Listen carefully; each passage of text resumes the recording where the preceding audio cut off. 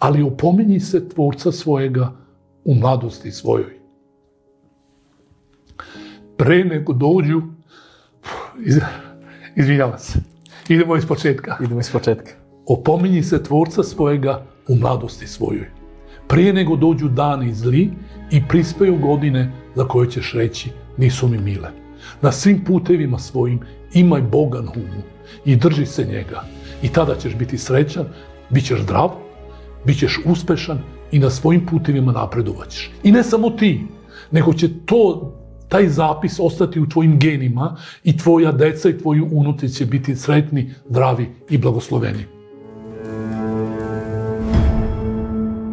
Pozdrav svima i dobrodošli u novu epizodu Gorki podcast. Kao što možete da vidite iza mene, nalazim se u malo drugačijem ambijentu, konkretno smo u Novom Sadu, kod jednog jako zanimljivog i specijalnog gosta za kog sam bio toliko uporan da ga dovedem, on nije, nečkao se, ali na kraju sam ga doveo. Sa mnom je dr. Dragan Ivanov, doktor specijalista interne medicine i magistar medicinskih nauka, postdiplomske studije je završio i tezu je branio iz oblasti vegetarijanske ishrane. Doktore, hvala vam puno i čast mi je što ste deo Gorki podcasta. Dobro, vama hvala na pozivu i ja vidim da je vaš podcast onako, ne samo da je popularan, meni je još mnogo važnije da je kvalitetan. I evo sad ste mi rekli da baš nisam tako lako pristao da dođem. Ima jedna stvar koja je prelomila. Kada ste rekli da ste pobožan čovek i da vam je duhovnost bitna, onda sam rekao dobro, u redu, dolazim, nalazimo se i snimamo emisiju. Time ste me prelomili. Ali evo pitanje sada, zašto vam je bitno da je neko duhovan i religiozan čovek? Pa duhovnost je prvo bitna za ljudsko zdravlje. Znači, mi ne možemo, čovek je telesno, duševno i duhovno biće. Mi smo okrnjeni, nismo potpuni bez naše duhovnosti. I ako gledamo slojevito, znači telesna sfera, iznad telesne sfere, važnija i bitnija je duševna sfera, naša duša, emocije, volja i tome slično, a još više i najvažnije je duhovna sfera koja upravlja, koja usmerava i koja treba da prožima i telesnu sferu i našu dušu i naše psihičke procese, emocije, volje, planove i ciljeve, tako da oni koji su duhovni, ja ih onda doživljavam kao osobe koje idu u istom smeru. Mi ne možemo biti ni srećni, ni uspešni ako u našim mislima i u našoj duši ne postoji misao o Bogu i stremljenje ka svevišnjem. Bez Boga onda nihilizam ima svoju logiku i ima svoje mesto u ljudskom životu i tako.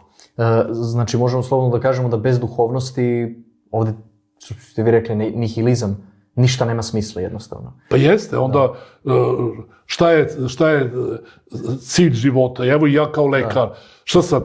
Lečim ljude, šta lečim? Lečim, on će posle izvesnog vremena opet završiti svoj život. Znači, i lečenje i život ima smisla ako postoji Bog. Ovo naše vreme življenja, 70, 150 godina, 350 godina, ima smisla ako postoji večnost. I zato, znači, večnost daje smisao vremenu i svemu onome što mi činimo sada u ovom našem telesnom, u ovom našem ljudskom, zemaljskom životu. Večnost daje smisao, a Bog je taj koji nam nudi ili poklanja ili poziva nas u tu večnost.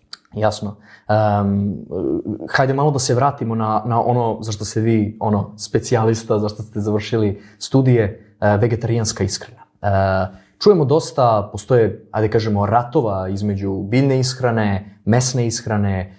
Neki kažu da jednostavno sa biljnom ishranom ne možeš da uneseš dovoljno A, B, C, D, svih esencijalnih aminokiselina i tako dalje i tako dalje.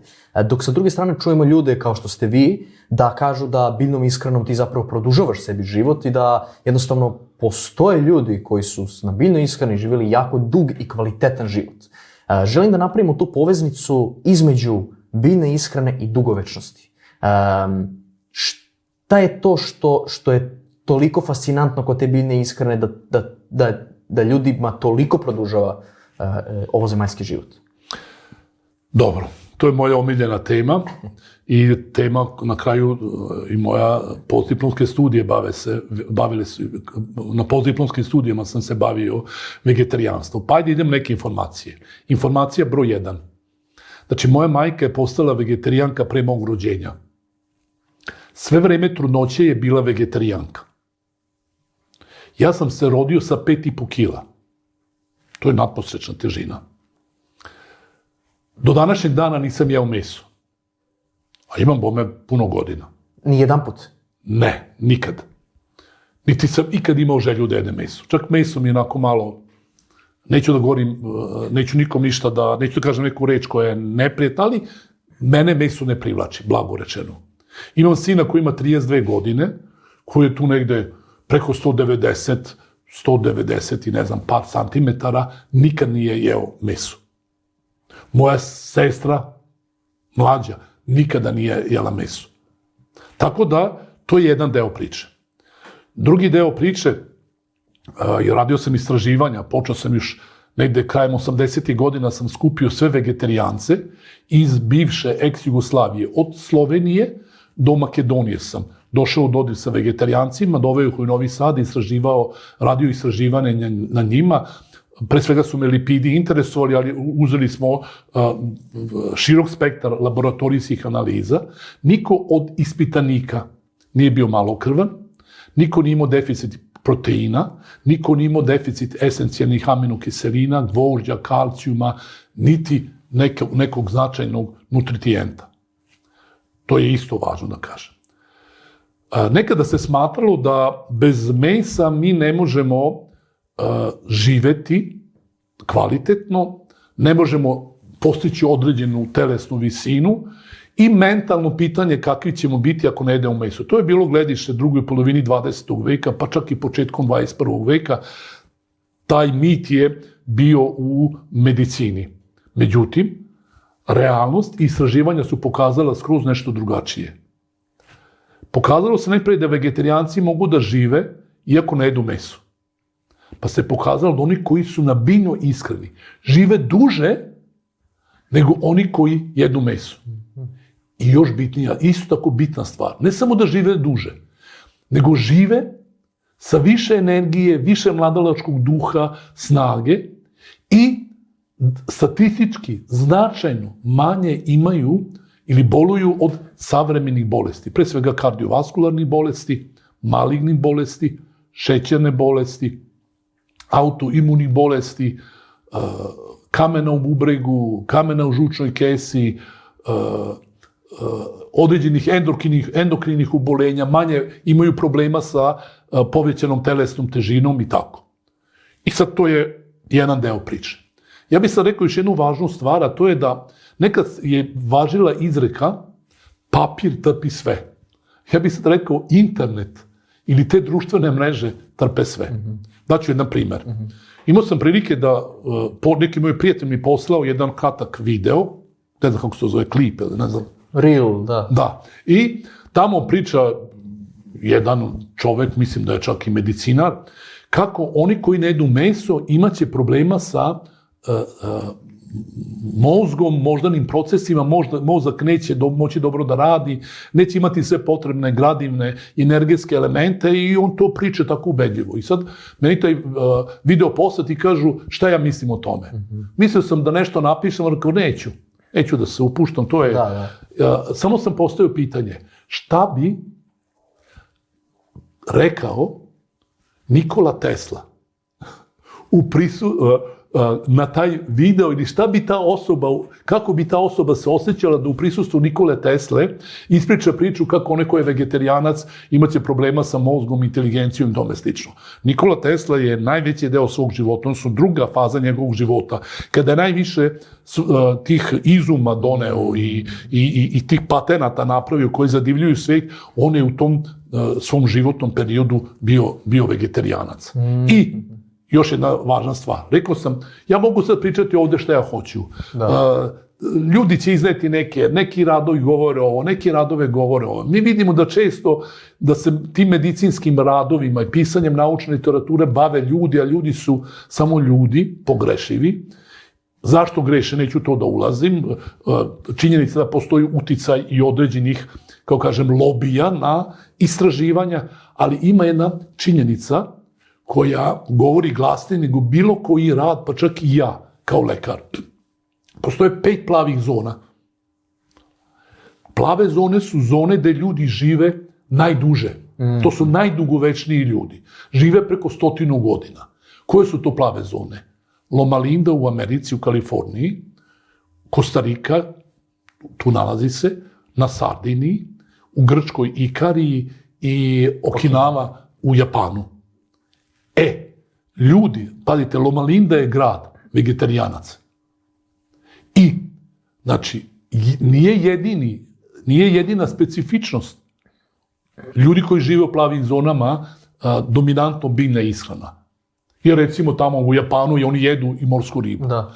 Ali je dominantna, pretežno, ishrana utemeljena na namirnicama biljnog porekla, dok stanovnici Loma Linde se hrane potpuno vegetarijanski i žive statistički značajno duže nego stanovnici susednih gradova koji žive u istoj klimi, u istom podneblju, ali se hrane U Kaliforniji, da. Da, drugačije. A recite mi, kad smo već spomenuli te plave zone, koje su to specifičnosti i, pošto sigurno totalno je drugačija geografski položaj Loma Linde u Kaliforniji, Okinave, Grčke, Kostarike i tako dalje, koje su to sličnosti koje se nalaze kod svih njih, osim biljne ishrane?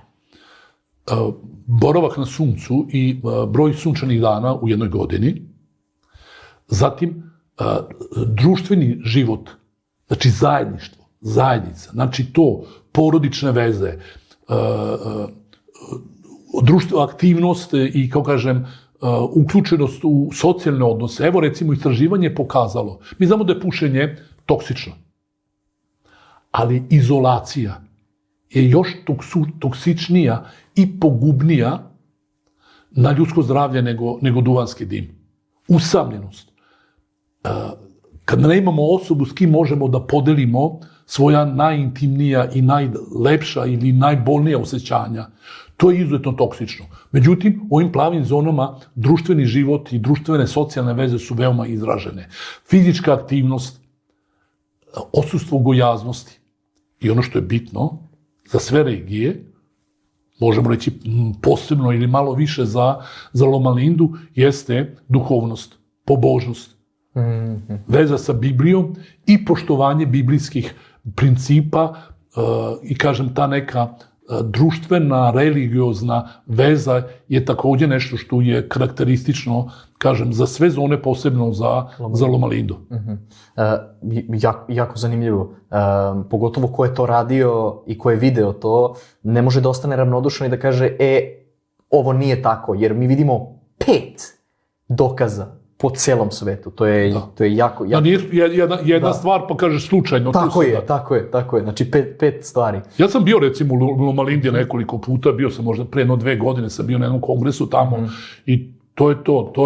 Pazite, u tom gradu do nedavno nije bilo mesa da se kupi u prodavnicama, Coca-Cole, ni cigareta.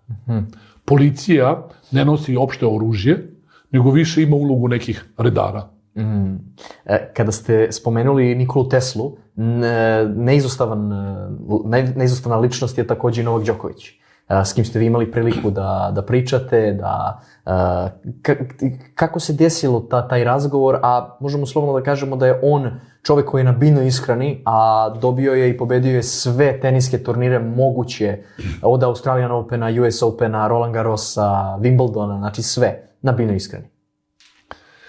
Da, ima interesantna jedna misao, a to je da Bog spaja ljude i on čini velike i veličanstvene stvari koje mi ne bi nikada sami učinili. Ja sam znao da je Novak Đoković čovjek koji se hrani biljnom hranom. Pomislio sam, par puta, pa bilo bi interesantno da se nas dvojica sastanemo ili čujemo, čisto onako da popričam i možda, ajde, ja kao neko ko sam lekar i ko sam rođen vegetarijanac, da neke stvari mu kažem ili pomognem, pošto sam znao kako se hrani i gde bi trebalo možda malo neke korekcije da napravi. 2020. godina, maj mesec, sećam se, to je bilo vreme zaključavanja, ja radio posao u ordinaciji, isključio sam mobilni, zaboravio da isključim fiksni. I sad spremao sam se da idem kući i ono, cap, zvoni telefon. Ja dignem slušalicu, muški glas, trebaju da radim intervju. Meni poznata, ne znam ko, rekao, jeste iz Beograda ili iz Novog Sada? Ako je iz Beograda, ne mogu da idem u Beograd, treba ceo dan izgubim tamo dok odeš. Ako je iz Novog Sada ili ako će doći Novi Sad, nema problema, radit ćemo intervju. On kaže, ja sam Novak Đoković, trenutno sam u Španiji. Tamo neka Marbelja, ne znam kako se zove, ima neki grad gde on boravi i tako.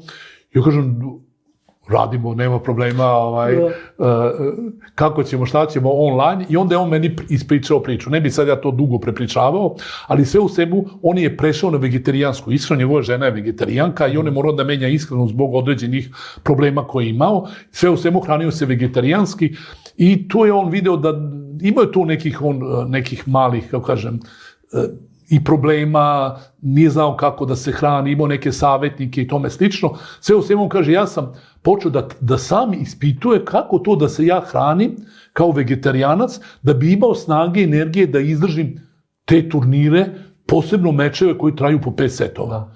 I kaže, tragajući ja natrčim da ima jedan doktor i to u toj našoj čuvenoj Srbiji, koji, kaže, je meni zanimljiv.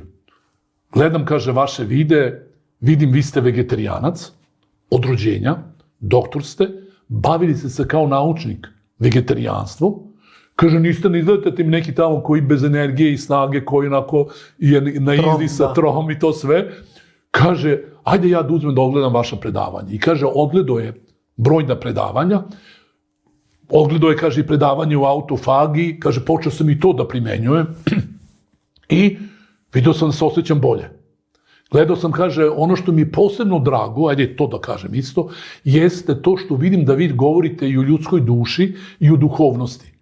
I kaže, ni te sfere ne zanemarujete i tamo predavanja, duhovna, duševna predavanja, gde vi spominjate i Boga i Bibliju su mi, kaže, posebno draga.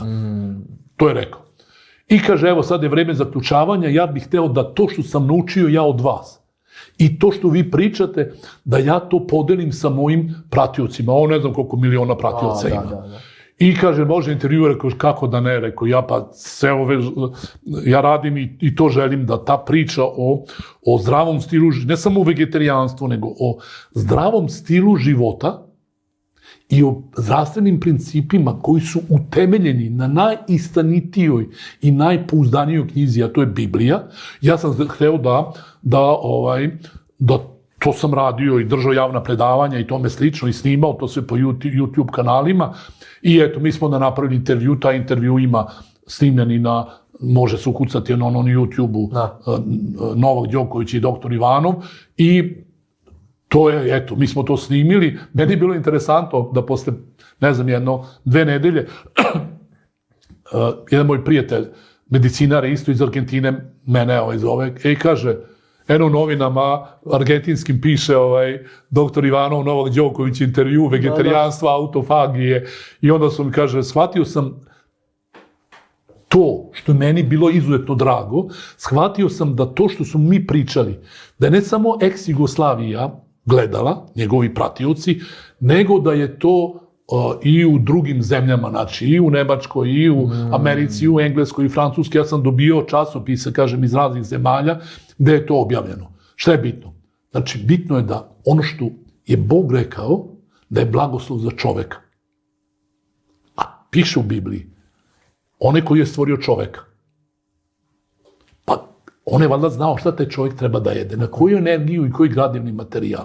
Ako je znao da nas stvori i nas i ceo svemir savršeno, pa znao je i šta mi treba da jedem. I on kaže, evo čoveče, dao sam vam sve bilje koje treba da jedete. Na prvoj stranici, na prvom listu Biblije piše dijetni princip koga mi treba se pridržavati. Odmah na prvoj. Odmah na prvoj, nema dileme. Znači, i to je ono što je moja majka verovala, to sam ja verovao i kao mlad lekar i kao postdiplomac, I to sam pisao u svojim radovima i pokazalo se da je to istina. I nije bitan ni Dragan Ivanov, nije bitan ni Novak Đoković. Bitna je istina o zdravlju i iskreni koja je otišla u etar i koja je donela, ja verujem, blagoslov onima koji su to poverovali i koji su to počeli da praktikuju. Da, predivna priča. Hvala Bogu za to. Da. Kako ste spomenuli Novaka Đokovića i Nikolu Teslu i sve te velike ljude koji su napravili mnogo velike stvari, a bili su na biljnoj ishrani, to je, da kažemo, neizostavna stvar da vas pitam neke praktične stvari. Kako vaš dnevni jelovnik izgleda? Šta vi svakog dana jedete za doručak, ručak, večeru, da to bude onako, da kažemo, da unesete sve te potrebne gradivne materijale, ako možemo tako da kažemo? Pa evo, znači, doručak je najvažniji obrok. On ima zadatak da donese energiju mozgu, mišićima i svim našim organima. Ako je on najvažniji, ako treba da donese, pazite, doručak, to je vreme kada sunce donosi svetlosnu i toplotnu energiju baca na planetu Zemlju. Tako? Da. Treba i energija da se ubaci onda i u naš organizam. Treba da radimo, treba mozak da nam radi. Pa ajde pre nego što ga teramo da radi, da sipamo gorivo u njega. Tako. Čim se probudimo, znači mi treba da sipamo energiju. Najbolji izvor energije za svaku našu ćeliju jesu ugljeni hidrati, odnosno glukoza. Mozak prvenstveno kao izvor energije koristi glukozu. To je mnogo bolji izvor energije nego recimo proteini, koji se previše po meni ističu i postoji po meni jedan mit o proteinima. Znači, ujutru, da bi ubacili, da bi mozak i naše telo imalo energiju, treba da jedemo ugljene hidrate, prirodne, neprerađene, koji se nalaze u namirnicama biljnog porekla. Voće i integralne žitarice, to je ono što treba da se nalazi u doručku, i orašasti plodovi. Šta ja doručkujem? Moj omiljeni doručak je ovo. Uveče, u stvari, pazite, ja ne znam, nisam kuvar nikakav. Da. Ali ovo znam da ja pripremim. Ako ja znam da pripremim, onda može svako. Ja uzmem u čečiniju, stavim 2 supene kašike čija semenki. Dodam 2 supene kašike lana mlevenog. Dodam 2 supene kašike ovoga rogača. Dodam, recimo, par supenih kašika ovsenih pahuljica ili skuvanu neku drugu integralnu žitaricu, proso, ječam, pirinač, integralni, dodam tu. I šta onda radim? Prelijem to mlakom vodom. I to stoji celu noć. Ujutru imam kašu, dodam biljno mleko, volim miris kokosa, dodam biljno mleko koje imam, toplo, i sad imam tu jednu kašu i u tu kašu ja ubacim voće. Još imam grožđe, stavljam grožđe, volim maline i znači pojedem tu kašu sa voćem i šta još? Na kraju pojedem 20 do 30 badema ili 20 do 30 lešnika. Još jedan samo detalj bih rekao, ovo je fantastičan doručak, nisam ga ja smislio i tako to sam čuo od nekih ljudi koji su dugovečni isto. Šta mi imamo u tom doručku? Pa se zamislite seme. Cijelo zrno, imamo seme, imamo živu hranu. Jedino žitarica je termički obrađena. Znači imamo presnu hranu, imamo semenku koju potopimo u vodu. Krene klijanje, krenu životni procesi. Ta kaša je nabijena emocijama, vitaminom E, omega-3 masnim kiselinama, proteinima i najkvalitetnijim neprerađenim ugljenim hidratima. I kad to dodam još sveže voće i to sve, znači to je po meni fantastičan doručak. Da.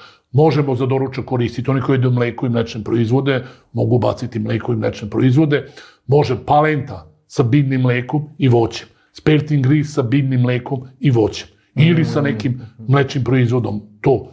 I uvek dodam, znači, orašasti plod, to je doručak. Hteo sam, pre nego što pređemo na ručak, hteo sam da vas pitam, spomenuli ste omega-3 masne kiseline. Znam određene ljude koji su već dugo godina na biljnoj ishrani, na raznovrsnoj biljnoj ishrani, a imaju problema sa deficitom omega-3 masnih kiselina. Da li je potrebno uvrstiti u to ribu ili tako nešto. Kad se kaže omega-3 masna kiselina, prva asocijacija, nažalost, jesu morske ribe. Zašto kažem nažalost? Pa zato što, pitam se, otkuda omega-3 masne kiseline u morskim ribama? Pa zato što jedu morsku travu, alge, morsku salatu i tome slično. Pazite, ima više vrsta omega-3 masnih kiselina. Najvažnija omega-3 masna kiselina je alfa-linoleik acid. Ne znam kako se kaže na srpskom. Alfa-linoleik acid je omega-3 masna kiselina. Zašto kažem da je najvažnija? Pa zato što je to majka svih ostalih omega-3 masne kiseline. Od nje nastaju sve ostale omega-3 masne kiseline. Gde se nalazi ta alfa-linoleik acid? Pa ona je biljnog porekla. Znači, ribe unesu tu biljnu omega-3 masnu kiselinu i onda od nje prave ostale omega-3 masne kiseline koje se nalaze u tkivu morskih riba. Znači, najvažnija omega-3 masna kiselina je biljna omega-3 masna kiselina. Nalazi se u orasima, lanu, čija semenkama, ima u avokadu, ima u pešunovom listu, celerovom listu, zelenoj salati, kupusu, nani i ostalom zelenišu.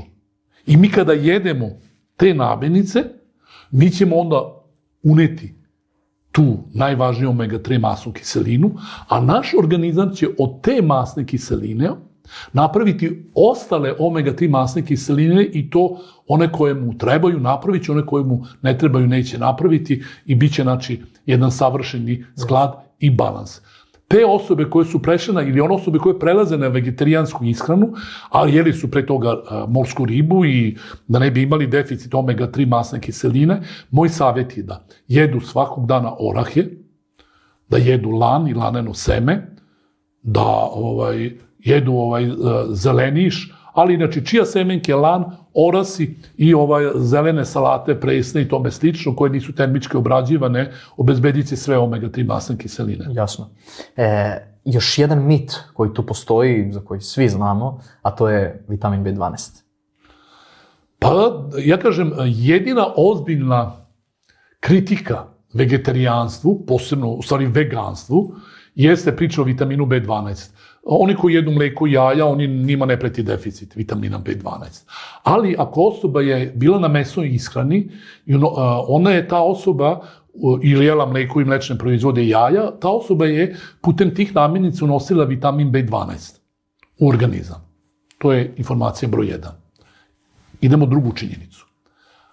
Vitamin B12 nije vezan za meso, nego za bakterije. Bakterije stvaraju vitamin B12. Iz toga sledi druga činjenica. Zato biljojedi u svom mesu imaju vitamin B12. Biljojedi, kad jedu biljnu hranu, ne jedu vitamin B12, ne unose B12 putem hrane, nego bakterijska flora, bakterije koje žive u njihovim digestivnom sistemu, one proizvode B12. A te bakterije treba da se nalaze i u organizmu, u digestivnom sistemu čoveka, od usta do kraja debelog creva. Nalazi se bakterijska flora i te bakterije stvaraju B12 u organizmu čoveka i u organizmu biljojeda. Šta se dešava? Mi danas, zbog zloupotrebe antibiotika, pobijemo te bakterije. Zbog toga što u hrani se nalaze određene hemijske supstance koje ubijaju bakterije u toj industrijskoj hrani. Pazite, da bi jedna hrana stajala godinu, 2 dana u rafovima, mora biti tu hemijskih supstanci i te hemijske supstance uništavaju te, kako kažem, bakterije koje treba da proizvedu, da ne bi se hrana pohvalila. Sad to, kad mi jedemo te hemijske supstance, one ubijaju bakterije u našim crevima. Tako da, osobe koje su bile na uobičajenom stilu ishrane, jele meso, mesne proizvode, mleko i jaja, pa postaju vegetarijanci, te osobe treba jedan puta u 6 meseci ili godinu dana da izmere vitamin B12. Njima oni mogu doći u deficit vitamina B12. Zašto? Zato što nemaju u sebi, znači, ako ja jedem meso, ako jedna osoba jede meso, ona će uneti B12. U digestivnom traktu postoji crevna flora koja nema potrebe da stvara vitamin B12 kad ga dobija gotovog putem hrane. Ta crevna flora se smanji, atrofira i taj metabolički put se inhibiše. Osoba prestane da jede meso, a nema više bakterija u crevima koje treba da proizvedu B12. Onda će ući na vakuum i u tom vakuumu može da nastane deficit vitamina B12. Dugogodišnji vegetarijanci i rođeni vegetarijanci izuzetno retko imaju deficit vitamina B12. I evo, to je neka priča, znači, postoji rizik, oni koji prelaze na biljnu hranu, treba da mere vitamin B12, ako upadaju u deficit, mogu da uzmu suplement, ne moraju biljnog porekla, ne moraju da jedu mesne proizvode, ali šta još? Činjenica je da izvorska voda sadrži takođe te bakterije koje proizvode vitamin B12 i tako. Jasno. Dok ste pričali, palo mi je na pamet dosta pitanja. Konkretno, ja sam sa 11 godina, ja mislim, operisao slepo crevo. Znači, ja ga nemam. Moje pitanje je, verujem i da postoji određeni broj ljudi koji gleda ovo, ne mali,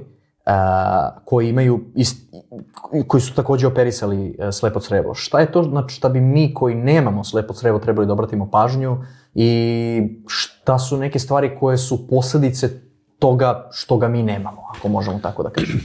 Da, priča o slepom crevu je veoma interesantna. Ja sam kao osnovac i srednjoškolac slušao priču u vreme, znači, ateizma, kada je bio onako u zanosu. Slepo crevo se govorilo da je dokaz evolucije. Tako je. I da to slepo crevo treba operisati. Čak su jedno vreme u nekim zemljama, u nekim čiste te rode, odmah ga izvade i kao to ne treba, to je suvišno, može se upali pa onda da pravi problem. Posle se pokazalo da je to slepo crevo izuzetno značajno, da je to limfni organ koji se nalazi na prelazu između tankog creva i debelog creva. Debelo crevo je deo creva gde se nalaze bakterije i sad tu može da dođe do nekih infekcija. Limfno tkivo koje se nalazi u slepom crevu, a pravilan naziv je appendix, to je čuvar. Znači, na početku debelog creva nalaze se stražari, čuvari tog debelog creva od infekcija. Kao što se limfni čvorovi, odnosno krajnici, kao limfni čvorovi se nalaze na ulazu u disanje puteve, a također i u digestivni sistem, znači na ulazu imam stražare, krajnike koji trebaju da budu tu i važni su i značajni, tako na ulazu u debelo crevo nalaze se stražari, a to je limfno tkivo, appendix, odnosno kako se narodno zove slepo crevo. I ono je značajno i ono je bitno. Kad ga isečemo, mi imamo jedno stražarsko mesto manje i mogućnost crevnih infekcija je veća kod onih koji su izvadili slepo crevo i tu su značajni probiotici, recimo severno vreme ne bi bilo možda loše da se uzme neki probiotik ili da se jede hrana koja je puna probiotika kao što je recimo kiseli kupus. To nisam znao. Ja sam ovdje došao kao da se ispovedam vama, neki problemi. Još jedno pitanje. A znam dosta ljudi u Srbiji koji imaju problema sa tim. Ja sam do pre par godina nisam uopšte imao taj problem. Pre možda par godina se javio, ali baš kad sam krenuo na biljnu ishranu, a to je alergija na ambroziju. Svako leto, pred kraj leta, ja dobijem jako veliku alergiju na ambroziju. Šta je potrebno promeniti konkretno u mom načinu života? Ja se hranim biljno. Šta je potrebno promeniti? Šta je potrebno uraditi da se na primjer, da vam kažem jednu stvar. Testirao sam sam sebe, otišao sam na selo. Za 2 do 3 dana boravka na selu, 90% mi se smanjili simptomi. Da, priča o ambroziji je ovako zanimljiva priča, značajna je, nije jednostavna, kompleksna je. Pa ajde, ja bih rekao, što znači alergija na ambroziju? Kao i svaka alergija, znači da naš imunološki sistem poremećen.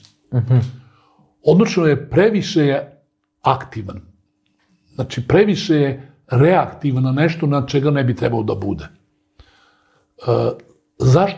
Zašto dolazi do tih alergija i poremećaja u radu imunološkom sistemu?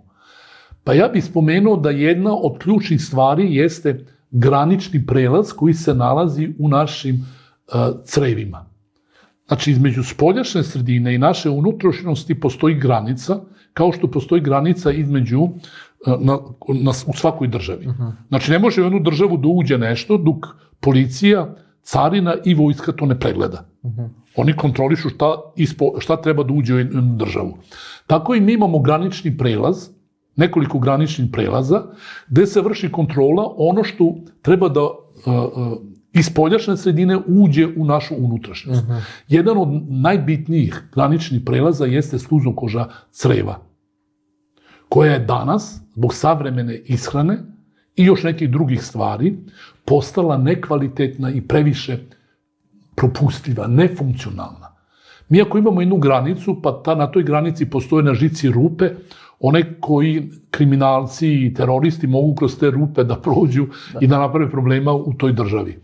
Tako isto i sluzokoža creva koja je oštećena, previše propustiva, kako je zovu laki gate, kako na engleskom se zove, tako nešto, latinski hiperpermeabilnost sluzokože creva, kada postoji, tada nešto što ne bi trebalo da uđe iz hrane i iz tog crevnog sadržaja u krv ulazi, provocira imunološki sistem i priprema teren za nastanak alergija i opšte poremećaja imuniteta. Da konkretizujem. Oni koji imaju problema sa ambrozijama dođu kod mene, ja obavezno tražim helikobakteriju, tražim obavezno kandidu, parazite,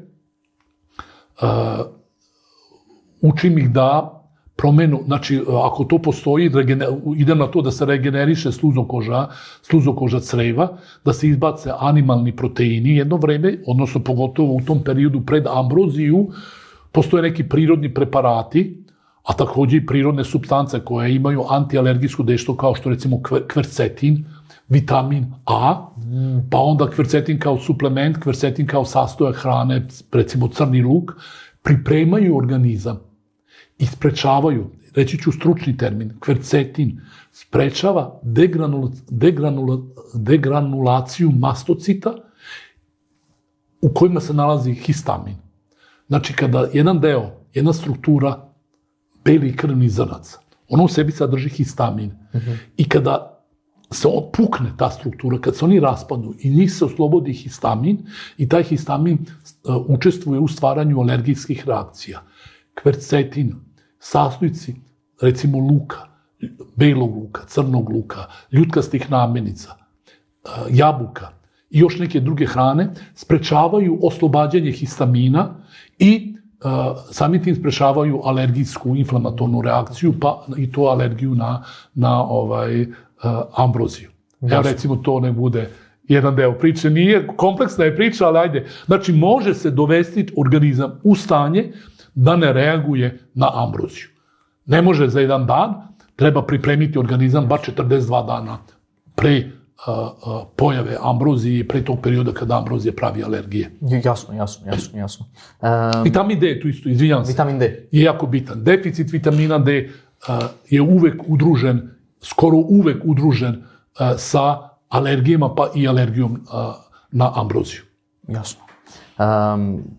Neka stvar po kojoj vas ljudi prepoznaju, verovatno i na internetu i ovako, to je koncept autofagije. Ja znam, čitajući i Sveto pismo i tako dalje, da to nije neki novonastali koncept, već je to nešto što je nama Bog u svojoj knjizi rekao da s vremena na vreme radimo. To je taj biblijski post, ako možemo tako da kažemo. Kako se zove... Zapravo autofagija nije biblijski post. Biblijski post je nejedanje 24 sata. Da li možete možda da opišete šta je autofagija? Tačno i zašto nama pomaže u regulisanju određenih problema u organizmu i tako dalje. Da. Mi smo počeli da pričamo o obrocima nakon smo krenuli da doručak, ručak. Da završimo to, pa ćemo taman da spomenemo i... Ućemo na autofagiju ili na ručak, šta to? Na ručak, pa na večeru, pa na autofagiju. Aha, može tako, u redu. Da. Znači, doručkovali smo, organizam je pun, ubacili smo energiju, naš mozak radi, naši mišići rade, divno. Imamo energiju za ceo dan. Kada se stvara energija iz glukoze, nema metaboličkog smeća.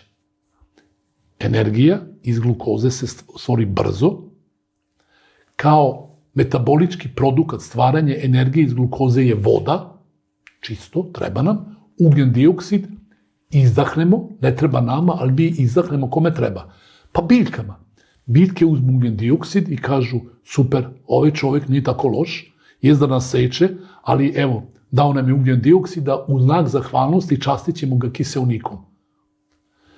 Pazite, život se ne održava sebičnošću, uzimanjem i stiskanjem, nego davanjem. Mi ako ne damo ugljen dioksid biljkama, nećemo dobiti od njih kiseonik. Nesebičnost, davanje je životni princip božanski koji održava život. Sebičnost je samouništenje, nesebičnost. Davanje je nešto što održava život. I mi damo ugljen dioksid biljkama, biljke uzmu, ali ne zadrže to, nego nam vrate kiseonik. I tako večiti krug davanja održava naš život. Ajde, malo sam filozofirao, ali nema veze. Idemo na ručak. Šta je uloga ručka? Da donese građevinski materijal. Mi imamo automobil, mašinu odličnu. Sipali smo gorivo. I ta mašina može da radi. Ali važno je da ta mašina, ona mora biti sačinjena od nečega. Naš organizam je sačinjen od gradivnih materije koje unosimo putem hrane. Gradivne materije su i pre svega belančevine, minerali, ali jednim delom su gradivne materije i lipidi i složeni ugljeni hidrati. Dakle, ručak treba da obezbedi građevinski materijal. To znači da u ručku glavno mesto imaju namirnice koje su bogate belančevinama. A to su namirnice biljnog porekla koje nose belančevine. Tu su mahunarke. Znači, šta treba jesti? Šta jedem za ručak? Salatu. Prvo jedem salatu. Potom jedem neku supu ili čorbu od povrća i jedem neku mahunarku. Najčešće, danas je to grašak sa kukuruzom šećercom. Sutra će to biti sočivo sa integralnim pirinčem. Preksutra će to biti pasulj sa domaćim integralnim hlebom. Sljedeći dan će to biti boranija sa tofu sirom i sa, šta ja znam, prosom. Znači, kombinacija mahunarki i integralnih žitarica i određeno živa biljna, živa hrana, presna hrana koja nije termički prerađena. Znači, kupus, keljkar, fiol, salate razne i tome slično. To čini ručak.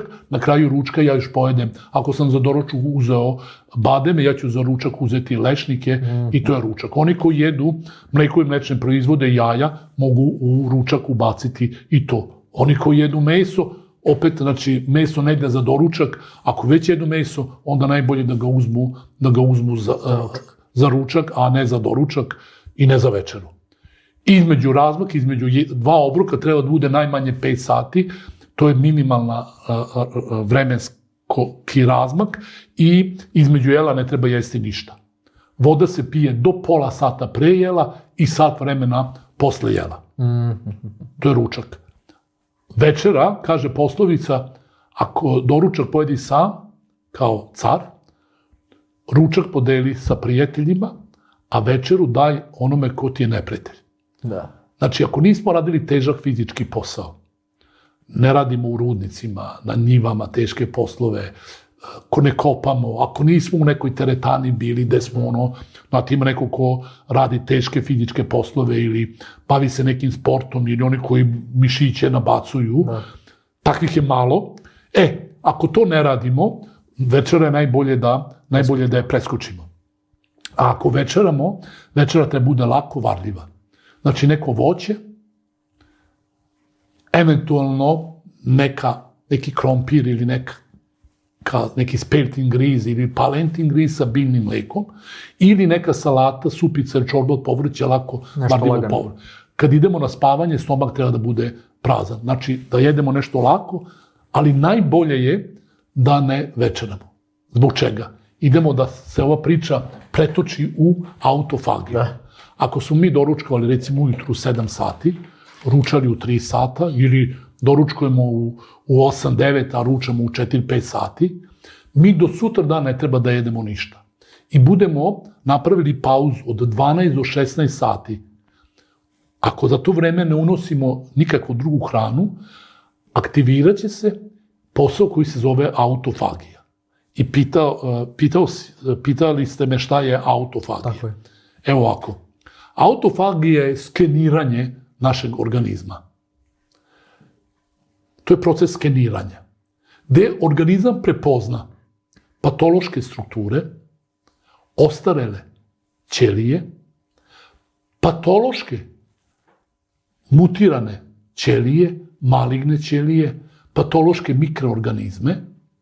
Kad ih prepozna, onda ih, to je prva faza, ide druga faza, a to je razgradnja, reciklaža tih nepotrebnih, suvišnih ili patoloških struktura. One se razgrađuju. Kad se razgrade, mi imamo 2 vrste materijala.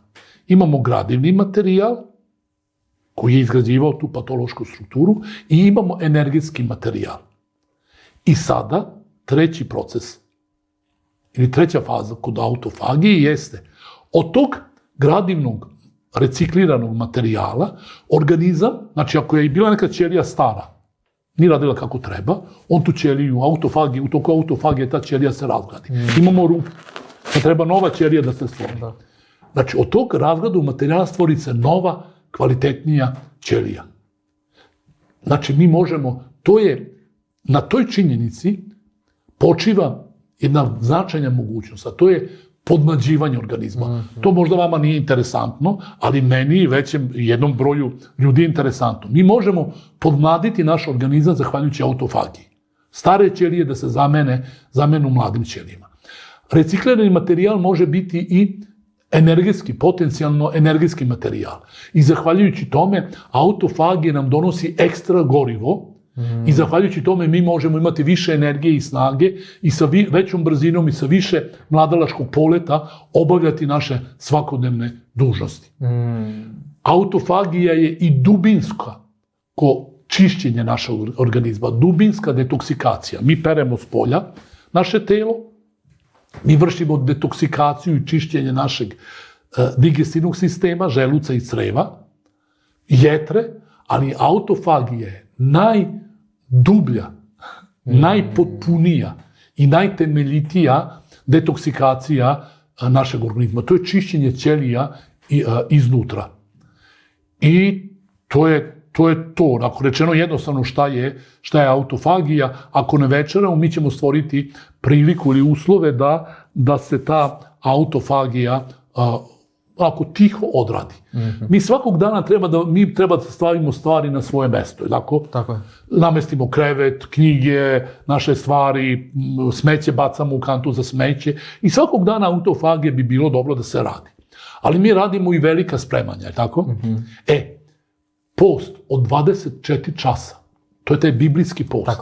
Od zalaska sunca do zalaska sunca, ne jedemo ništa, tada je ta autofagija mnogo dublja i mnogo potpunija i temeljitija. I Yoshinori Oshumi nije izmislio autofagiju, ali dobio Nobelovu nagradu. A šta ćemo s onim koji je izmislio autofagiju? Šta ćemo sa onim koji je tu autofagiju utkao u vaš i moj organizam? Ali u organizam svakog čoveka, na svakom delu planete Zemlje, muškog i ženskog pola, svima je taj preventivni, terapijski mehanizam, detoksicirajući i regenerativni i podmlađujući mehanizam utkao je u svakog čoveka. Šta ćemo reći njemu?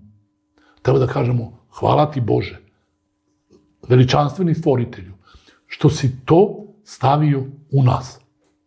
Naše je da samo pritisnemo dugme i da tu autofagiju uključimo između ostalog postom od 24 časa ili izbacivanjem večere i onom mekšom ili blažom varijantom autofagije. Ja sam imao prilike da čujem neki, sad mnogi pričaju o autofagiji, jedni pričaju pozitivno, jedni kad smatraju da baš nije to dobro i na neki način hoće kao da kažu da oni kritikuju autofagiju. Ja tim kritičama predlažem da napišu pismo odboru ili komitetu za Nobelovu nagradu i da kažu koje one primedbe imaju. A također da to pismo pošalju Yošinori Šumiju i njegovom timu, da kažu šta oni to znaju, pa da eto ljudi se upoznaju sa nekim kontraargumentima, ali ima jedan argument koji, pazite, postoji gen za autofagiju. Kao što postoji gen za jelom, za sisanjem, za gutanjem, tako postoji gen za autofagiju. Šta to znači?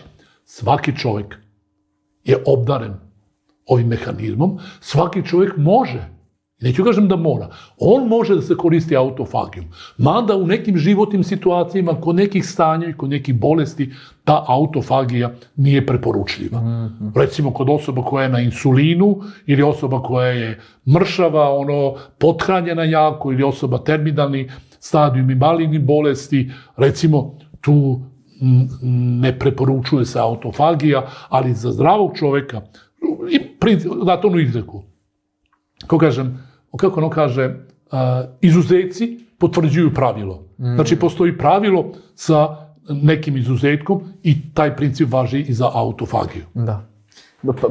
Prelepa priča. Mada, ja kad razmislim, biblijski post je 24 sata. Jeste. Ovo je, malo manje, oko 15-16 sati, to je skoro ceo dan.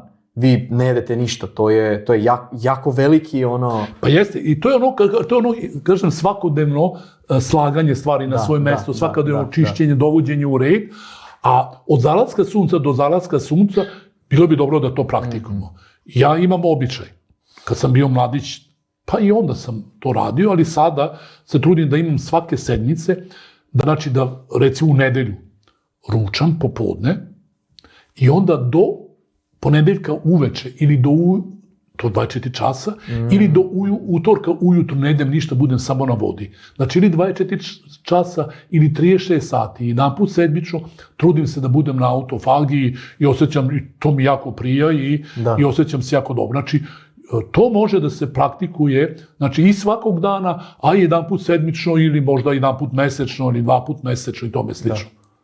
Predivna priča o autofagiji, uvek volim da je čujem.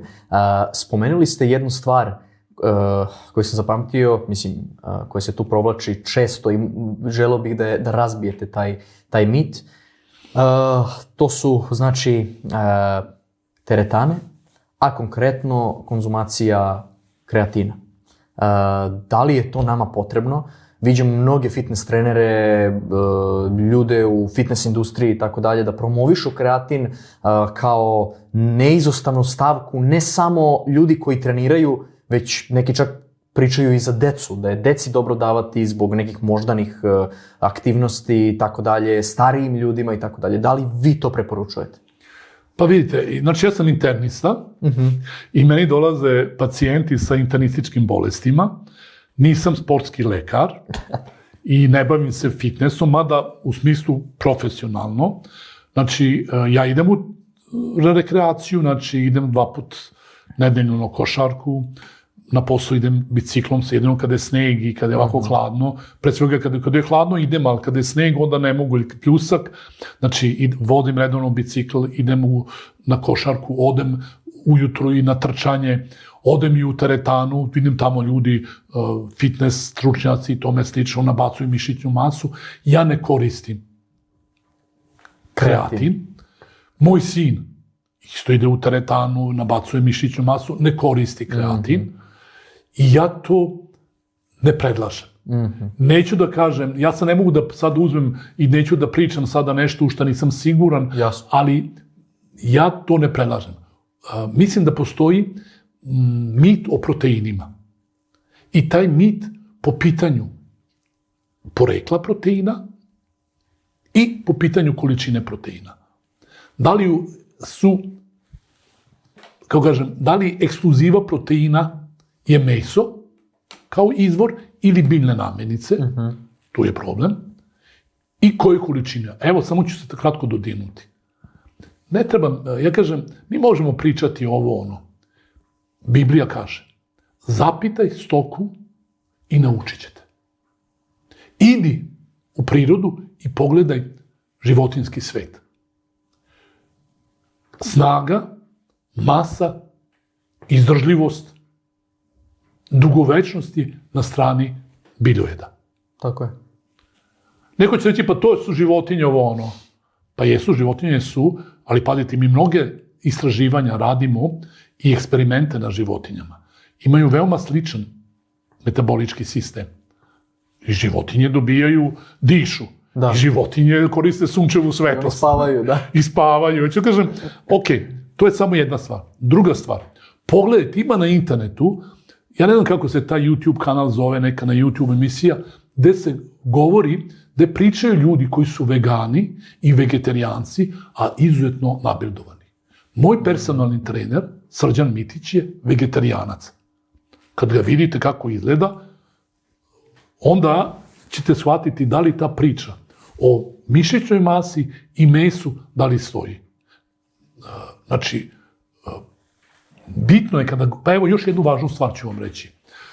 Ja kažem, bitno je da bi zidali nešto i gradili, treba nam građevinski materijal, cigle i građevinski materijal.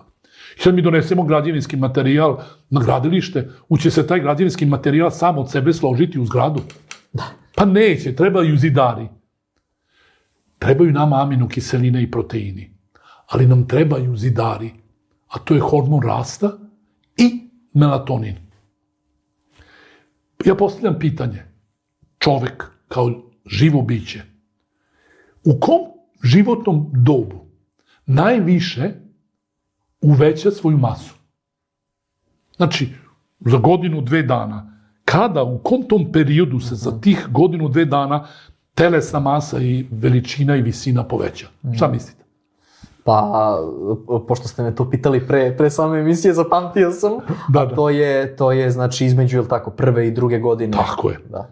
Znači, od prve 2 godine života, ili prva godina života. Mnogi kažu pubertet. Muškarci obično kažu pubertet, žene obično kažu u prvoj godini. Šta dete jede u toj prvoj? Pazi, dete je ljudsko biće. Znači, to je čovek. Šta jede dete? Pa majčino mleko. Ja neću vam odgovoriti u ovoj emisiji. Ajde da vidimo, na tom majčinom mleku, na toj hrani, dete za godinu dana 2 do 3 puta uveliča svoju masu. Težinu, masu, mišićnu masu, sve naraste. Koliko procenata proteina, koliko procenata ugljenih hidrata i koliko procenata masti ima u majčinom mleku. I vidjet ćemo kako se uveličava masa na malom procentu proteina. Hormon rasta je bitan. I danas nama je bitan hormon rasta, bitan je melatonin, i ako hoćemo da uveličavamo masu, mi muškarci, nama je bitan testosteron.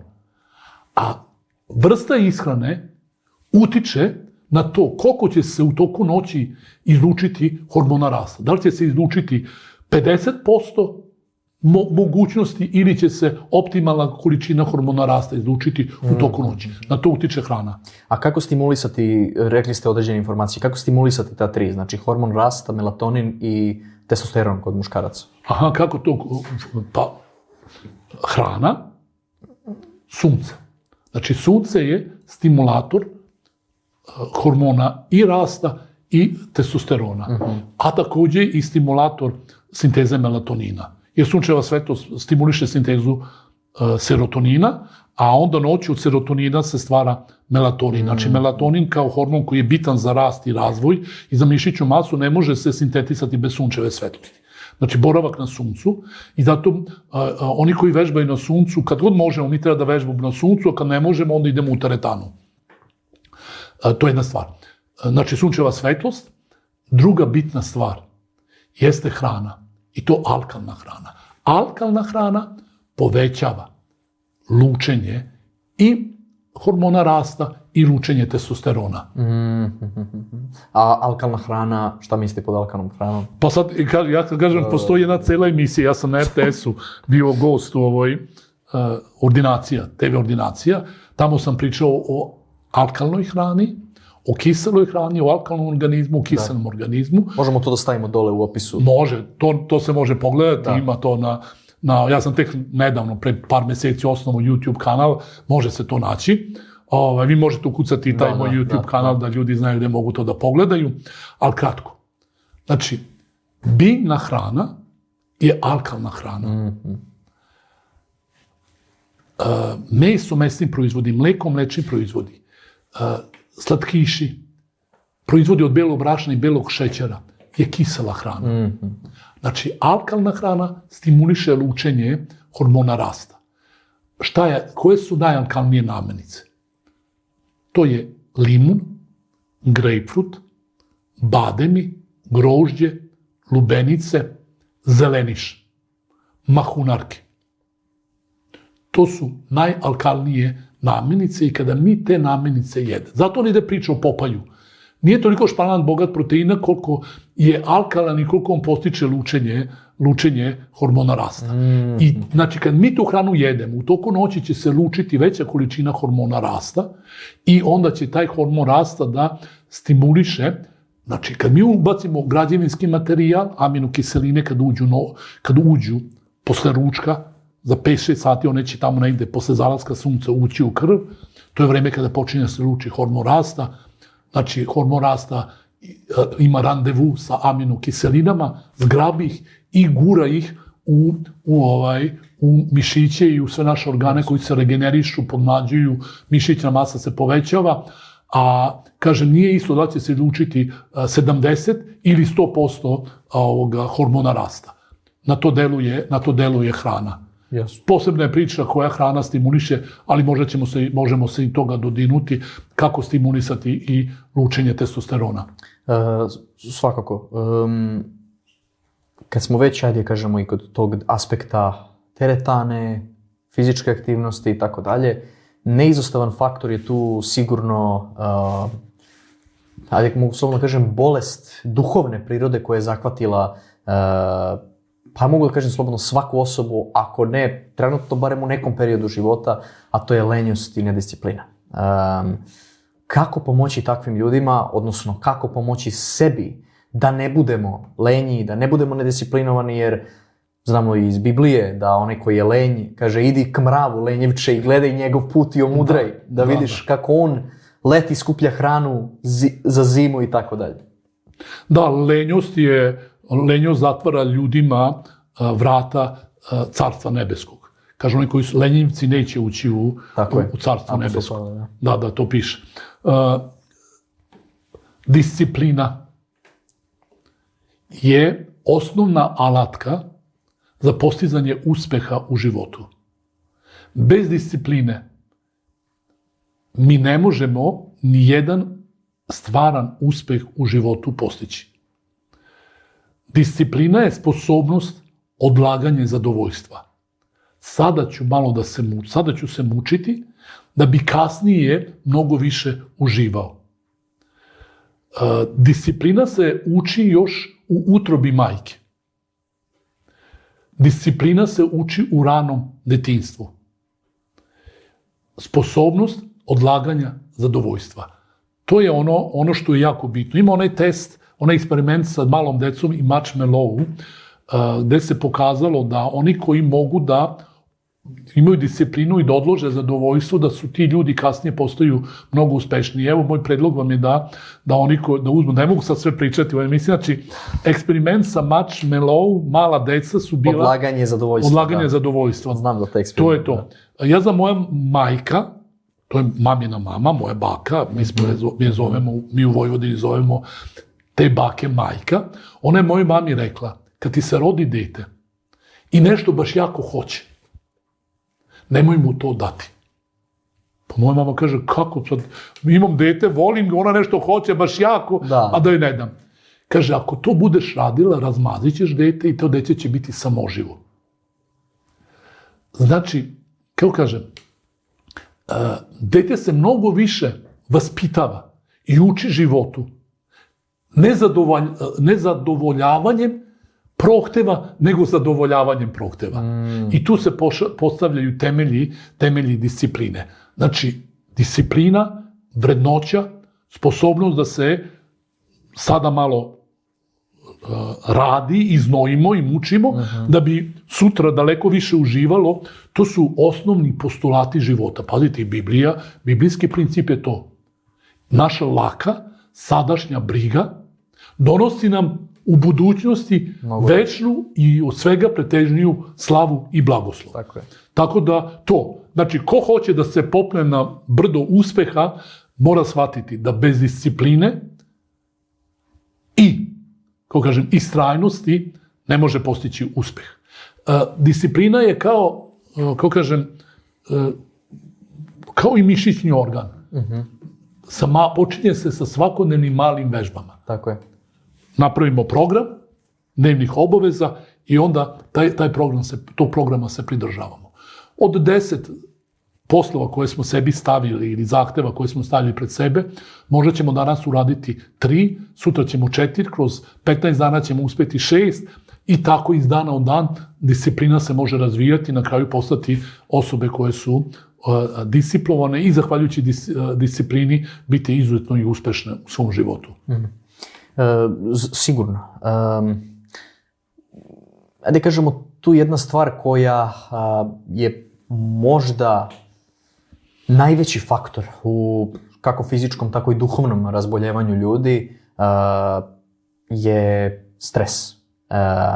Nekako se čini sve više i više kako prolaze godine da taj stres ne možemo nikako da izbacimo, ne možemo da ga ignorišemo jer će biti sve veći i veći. Ljudi se pod stresom razboljevaju, kao što sam rekao, dolaze u razna stanja, kako fizička, tako i psihička, loša. Koji su principi uklanjanja tog stresa iz organizma i koliko je zapravo stres poguban po nas? Nama ljudima koji živimo sad ovaj naš sadašnji život je došao jedan nepozvani gost. Nismo ga ni tražili, nismo ga zvali. Ušao je u naše porodice, u naše firme, uvukao se u našu dušu i pravi nam problema. Stres je taj nepozvani gost. Jedan naučnik rekao da on je kao začin života. Treba ga malo, ali ako ga je previše, onda taj život postane nepodnošljiv. I mi vidimo da danas teško je naći savremenu bolest u čijem nastanku ne učestvuje stres. I stres je nesposobnost našeg organizma da se prilagodi promenama koje se dešavaju oko nas i koje se dešavaju u našoj unutrašnjosti. Ne bi sad širio priču o tome šta je stres, ajde da idem na konkretno. Kako upravljati stresom? Kako ga prevenirati ili ako upadnemo u stres, kako se iz njega izvući? Prva stvar, biblijski princip. I Bog reče čoveku, nakon sagrešenja, kaže ovako, sa znojem lica svojega ješćeš hleb svoj, dokle god si živ, dokle god se ne vratiš u zemlju od koje si uzet, jer si prah i u prah ćeš se vratiti.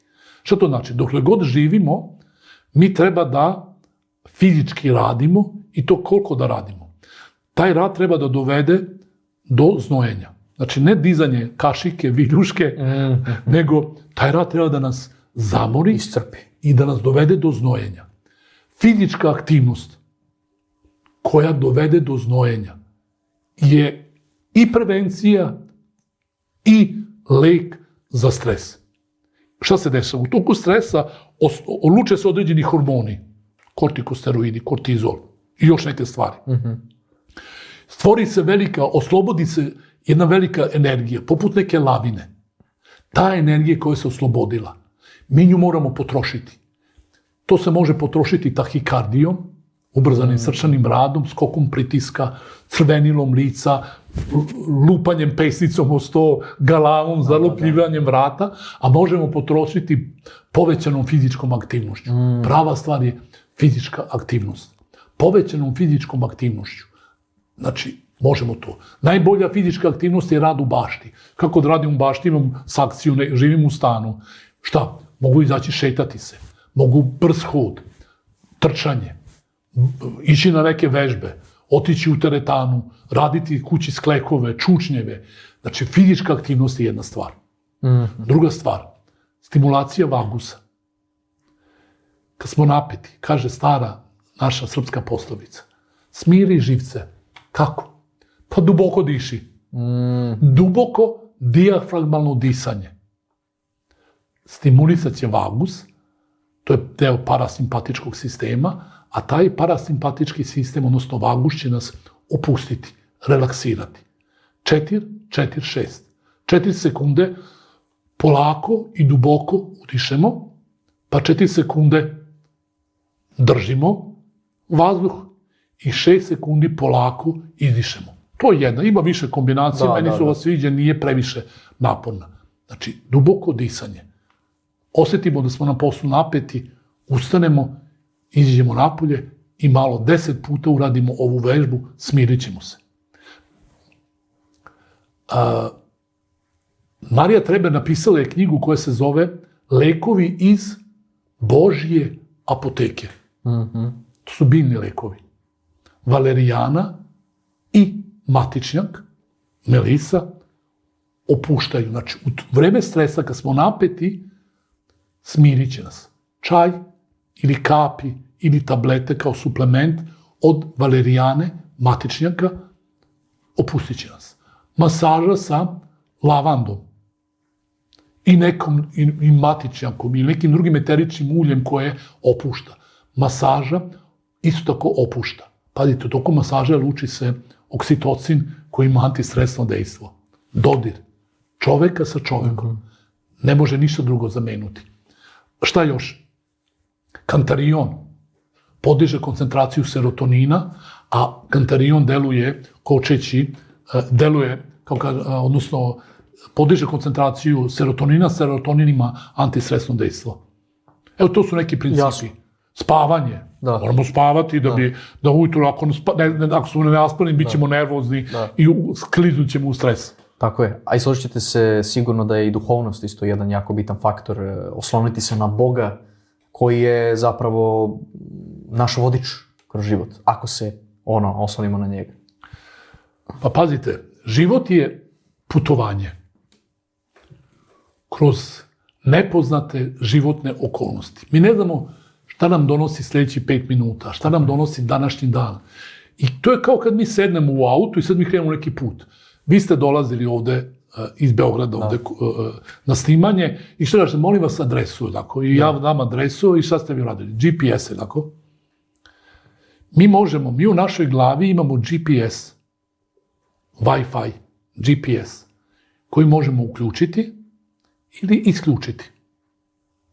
U moždanoj kori, u čeonom mrežju i u temporalnom mrežnju nalaze se strukture koje nas povezuju sa Bogom, koje su centri religioznosti ili duhovnosti.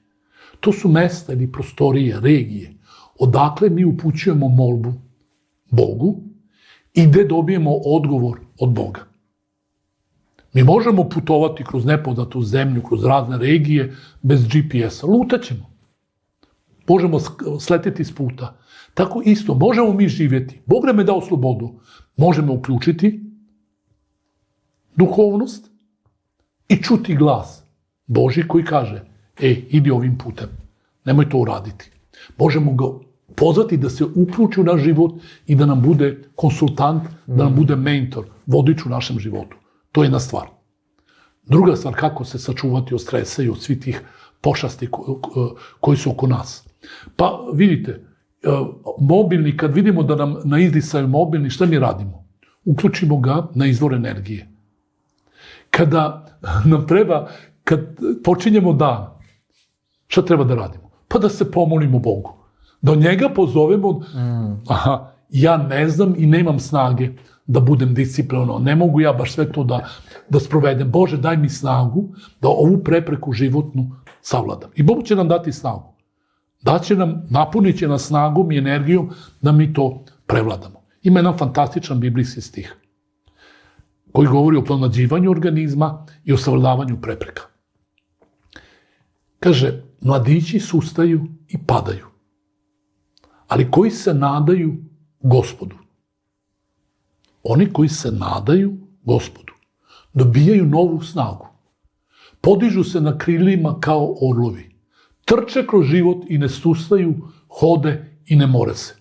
Nada i vera u Boga, to je nešto što predstavlja jedan neshvatljivi, ja ne znam da objasnim, ali moje životno iskustvo i iskustvo ljudi koje poznajem govori da se to zaista dešava sa nama kada se obratimo Bogu za pomoć, ta pomoć će nam stići.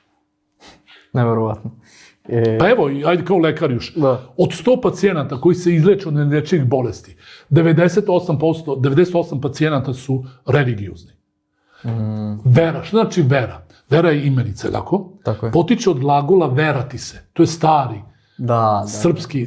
Moja majka, baka, meni kaže, Dragane, nemoj da se veraš tamo na onoj senu, na onaj čardak. Kaže, pašćeš. Što znači verati?